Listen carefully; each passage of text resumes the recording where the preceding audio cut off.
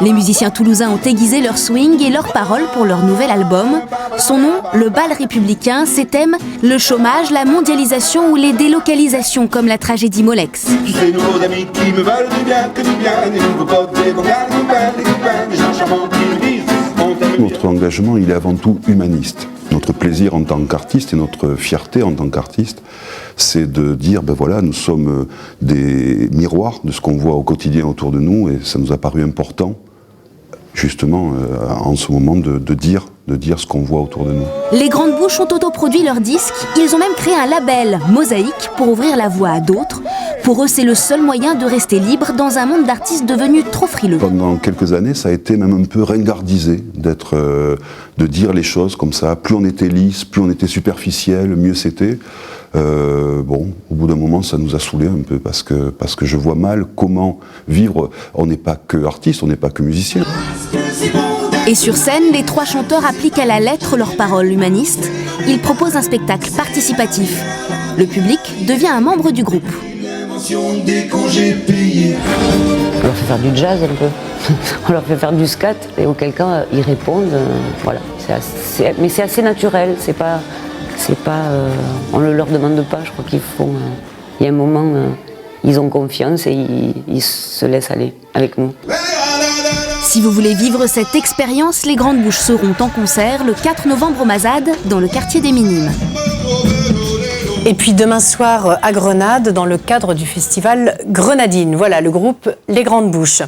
Je voulais vous dire également qu'au sujet de Molex, eh bien, notre grand documentaire sur Molex passera demain à 16h15. Tout arrive. Quel est votre engagement, vous? Ça, c'est pareil, c'est une autre voix pour les sans-voix, un petit peu quand même.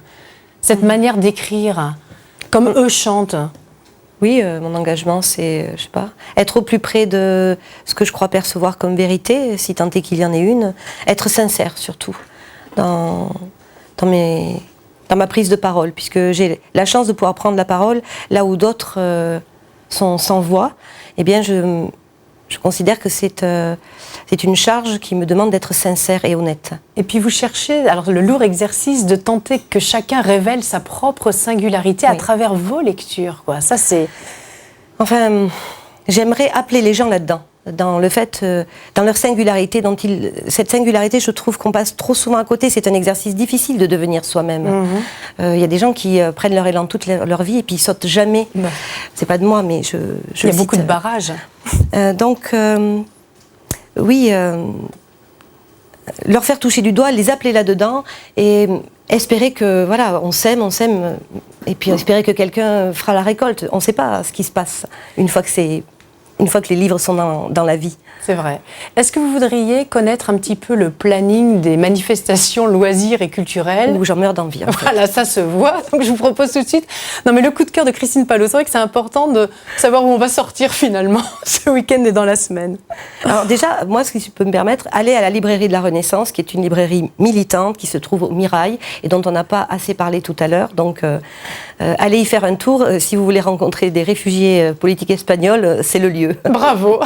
Et maintenant, c'est Christine Palot et son coup de cœur. Deux coups de cœur. Alors le premier, c'est un chanteur qui est loin des dictats des maisons de disques, qui a su se forger une carrière d'artiste authentique. Des fidèles, Ilana, nous en faisons partie, et à l'occasion de la sortie de son nouvel album, eh bien le bluesman, mélodiste connu et reconnu Paul Persson sera demain soir à 20h30 à la Halle au Grain. On l'écoute. Dancing, je laisse la place. Dancing, dancing, danse pour toi. Ils assiègent les restos, la démarche pas facile, ils ont fait l'apéro. Trop plein d'éclats de rire, ton cœur vole en morceaux. Samedi à des vues sur ta libido. Putain de samedi soir sacré. Putain de samedi soir sacré. Putain de samedi soir sacré. Originaire du Bronx à New York, il mélange le blues, le jazz, le rock, le funk. Il offre un jeu de guitare d'une implacable efficacité. Vous allez voir, il a un son très personnel, bourré de références. C'est l'incarnation du vrai bluesman new-yorkais dans toute sa splendeur. Il s'appelle Popa Choubi. Vous allez voir, il n'est pas banal. Quand vous l'aurez vu, vous ne l'oublierez pas. Il sera à l'Estive, scène nationale à Foix, dans l'Ariège, le 7 novembre prochain à 20h45. Je vous invite à découvrir Popa Choubi.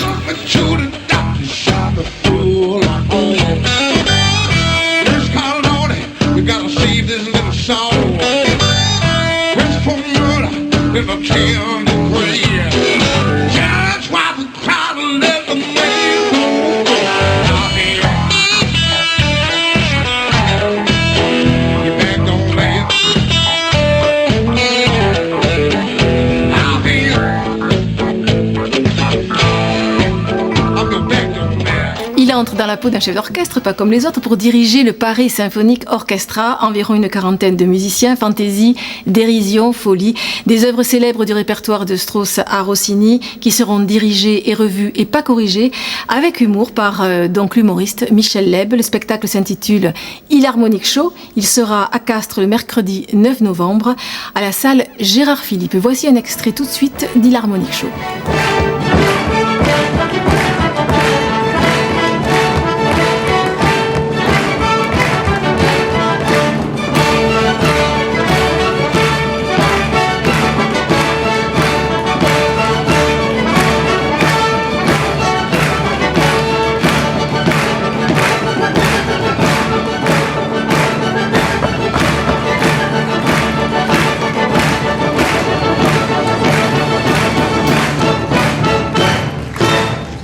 Jean-Louis Aubert revient avec son 7e album intitulé Rock Éclair, un album hommage à la vie, aux proches, à l'amour, des thèmes de prédilection du chanteur. Il sera ce soir à l'amphithéâtre de Rodez, demain à la salle Eurythmie de Montauban et il sera mardi prochain au Zénith à Toulouse. Voici Jean-Louis Aubert. Je veux chanter, je veux te faire t'agiter sur les cons de notre monde. Je veux chanter et te fatiguer. Demain sera parfait. À vous d'accord? Demain sera parfait. Et vous pouvez retrouver toutes les propositions de Christine Palot donc sur notre site internet. Votre actualité en gestation et en parution. Et en parution. Alors en parution, un roman en septembre 2012 chez Belfond. Un roman qui s'appellera Le vase où meurt cette verveine, si rien n'est changé d'ici là. Une histoire d'amour.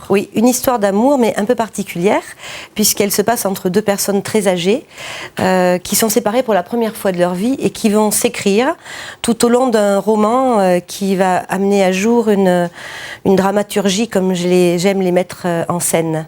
Et qui m'a moi-même assez épouvantée quand je l'ai écrite, pour tout dire. Et vous partez d'une chanson. Oui, c'est un roman pour lequel je n'avais pris aucune note pour une fois, contrairement à ce que je fais d'habitude, on peut le voir dans ce cahier. Je suis partie d'une chanson de Maxime Le Forestier qui s'appelle Les Lettres et qui raconte, c'est un duo, entre un homme et une femme qui sont séparés durant la guerre de 14-18. Et je suis partie de cette douleur de la séparation.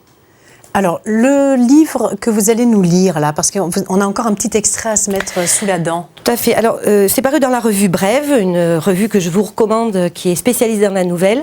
Et j'ai publié chez eux une nouvelle qui s'appelle Le désespoir des roses, qui va faire partie du recueil de nouvelles sur lequel je travaille, moi, en ce moment. L'autre jour, j'ai vendu ma mère. C'était au libre marché des Saints-Sauveurs, celui qui est ouvert aux particuliers 2 fois l'an dans toutes les grandes villes. J'ai préféré m'en charger moi-même plutôt que d'en confier le soin à l'un des grands marchands. Ils parlent bien et d'abondance, mais ils n'ont aucune parole. Il ne faut pas croire. Je l'aime, ma mère. C'est ce que je lui ai dit. Je t'aime, maman, ne l'oublie pas. Mais il arrive un jour où l'on doit quitter ses parents et brûler tous ses maîtres.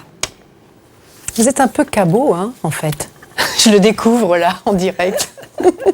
Ça donne du piment à vos écrits, en fait, de les entendre, hein, c'est vrai. Oui, c'est... Alors, en parlant... Bon, enfin, les raccourcis sont un peu faciles. Le portrait chinois, où vous deviez donner vos préférences littéraires, vos préférences de disques, etc., vous n'avez pas voulu y répondre. Non. Vous aimez pourtant faire la cuisine. Oui. Vous adorez ça. J'adore ça. Et moi, je dirais que finalement, vous avez 2 territoires quand même très, très particuliers que vous aimez fréquenter. C'est ça. Ces fameux cahiers. Alors ça, c'est quelque chose hein, quand même. Je ne vais pas lire ce qui en ressort. Mais vous travaillez sur des cahiers, sur des kilos de cahiers, des kilomètres de cahiers. Ouais, c'est mon laboratoire, vraiment. En ça, je suis très différente de Rachel. Rachel Corenblit, on en parlait l'autre jour. Elle ne prend aucune note. Mais moi, tout au contraire, et depuis le début de mon travail, et j'ai amené d'ailleurs mon premier cahier, je note, je garde des coupures de presse, j'entends des choses dans la rue qui m'interpellent, parce que les gens sont des poètes. La poésie, c'est notre langage, donc on entend d'enfants, c'est vrai. C'est ça, la poésie, c'est le langage de la rue, complètement. Donc, on entend des choses fabuleuses que je note dans ces cahiers et qui sont donc mon grand laboratoire dans lequel je reviens et je cherche des idées, et je retrouve des années après une phrase que j'avais notée mais qui ne m'avait pas servi jusqu'à présent. Et alors, l'autre territoire que vous arpentez perpétuellement, c'est le blog. Alors ça, vous êtes une... voilà. C'est mon cahier public. Oui, c'est ça. C'est mon laboratoire public. Vous publiez dans le blog, régulièrement, tout le temps. Je publie, donc j'ai un site, et à l'intérieur de ce site, il y a un blog, ce qui me permet d'abord d'être dans l'interactivité avec mes lecteurs. Ça, c'est vraiment intéressant.